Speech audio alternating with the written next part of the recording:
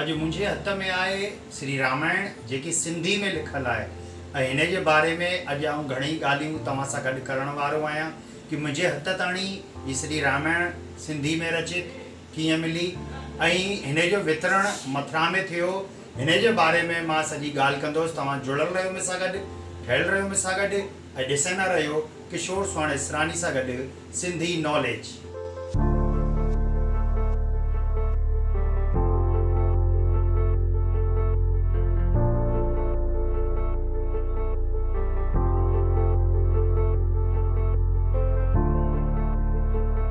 श्री रामायण जी रचना सर्वप्रथम वाल्मीकि जी कई और उन खां पोइ अगरि पां वर्तमान युग जी ॻाल्हि करूं त तुलसीदास जी महाराज उन खे सरल अंदाज में लिखियो।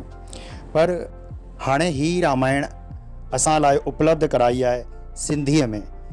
जी हा, हिन जी रचना कई आहे श्री थदाराम पंजवाणी जी प्यारल, जेका हिन जा पुस्तक जा रचयिता आहिनि, ऐं ज्ञान देवी थदाराम पंजवाणी चैरिटेबल ट्रस्ट द्वारा प्रकाशित श्री रामायण महाकाव्य जेको आहे, महाग्रंथ आहे, जंहिंमें भक्ति, वैराग, प्यार, भाईचारे सां गॾु ई घणेई गहरे विषयनि ते ॻाल्हि कई वई आहे ऐं साधारण शब्दनि में माण्हुनि खे सम्झाइण जी कोशिशि कई वई आहे। हिन श्री रामायण जी प्रतिनि खे हिन जो वितरण जेको आहे मथुरा में कयो आहे गुजरात राज्य जा धर्माचार्य प्रमुख श्रीमान धीरूभाई कपूरिया जी ऐं सौराष्ट्र प्रांत जा धर्माचार्य संपर्क प्रमुख श्री प्रवीण सिंह जी सां गॾु ई श्री पृथ्वीराज चतुर्वेदी हिननि जो वितरण कयो मथुरा जे यमुना महारानी जे घाट, विश्राम घाट ते।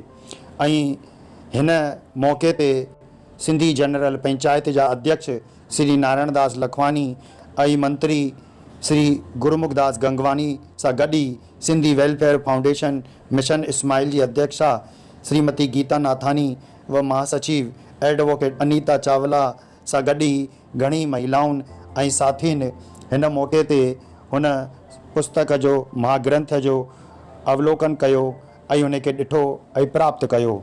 हिन मौक़े ते सभिनि मिली जुली करे यमुना जी आरती उतारी, पूजन कयो ऐं हिन मौक़े ते असांजे पूज्य सिंधी जनरल पंचायत जे अध्यक्ष चयो कि कंहिं बि धार्मिक ग्रंथ जो पंहिंजी भाषा में प्रकाशित थियणु समाज लाइ इलाही घणी गर्व जी ॻाल्हि आहे।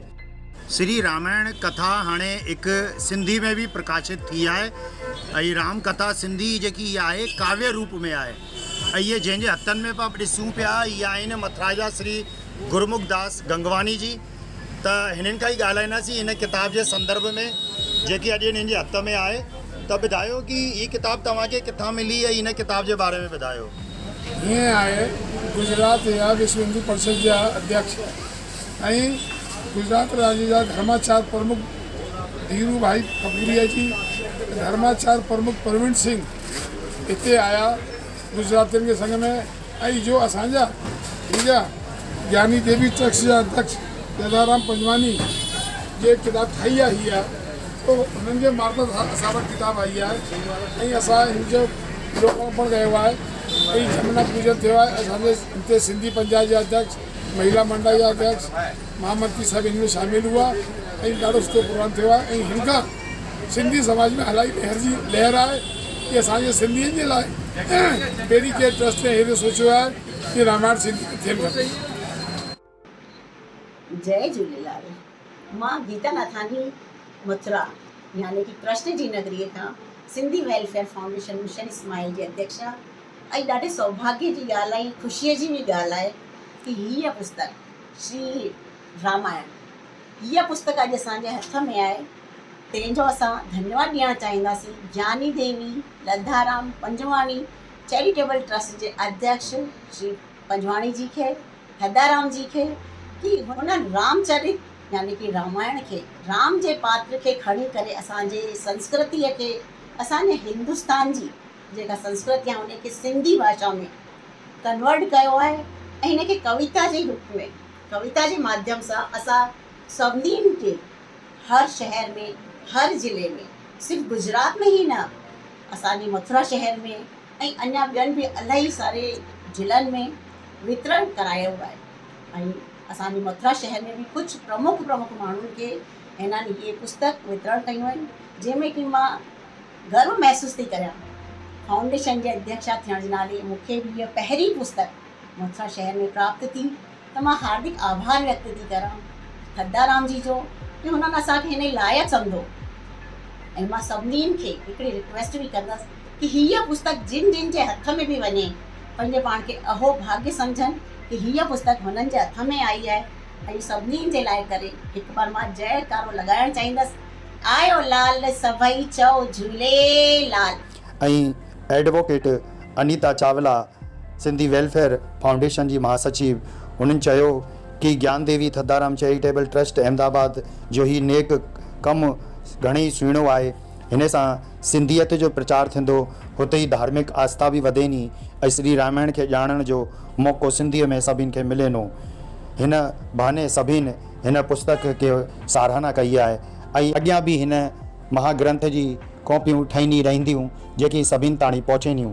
हिन जो मूल्य त कुझु बि कान्हे, सिर्फ़ु प्रकाशक हिन जो मूल्य लिखियो आहे कि सिरदास अपां हिन खे पढ़ियूं ऐं हिन खे पढ़ी करे पंहिंजे जीवन में आणूं।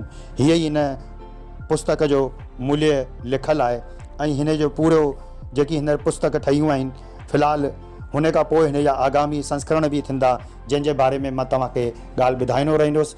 त तव्हां जुड़ियल रहियो मूंसां गॾु। अॼु जी हीअ स्टोरी तव्हांखे कीअं लॻी मूंखे कमेंट करे ॿुधाइजो ऐं लाइक करिजो वीडियो खे, ऐं अॻियां बि अहिड़ी सिंधियत जी ॻाल्हियुनि लाइ तव्हां चैनल खे सब्सक्राइब ज़रूरु करिजो, शेयर ज़रूरु करिजो। तव्हां जुड़ियल रहियो मूंसां गॾु, ठहियल रहियो मूंसां गॾु ऐं ॾिसंदा रहियो किशोर सुवाणे सरानी सां गॾु सिंधी नॉलेज।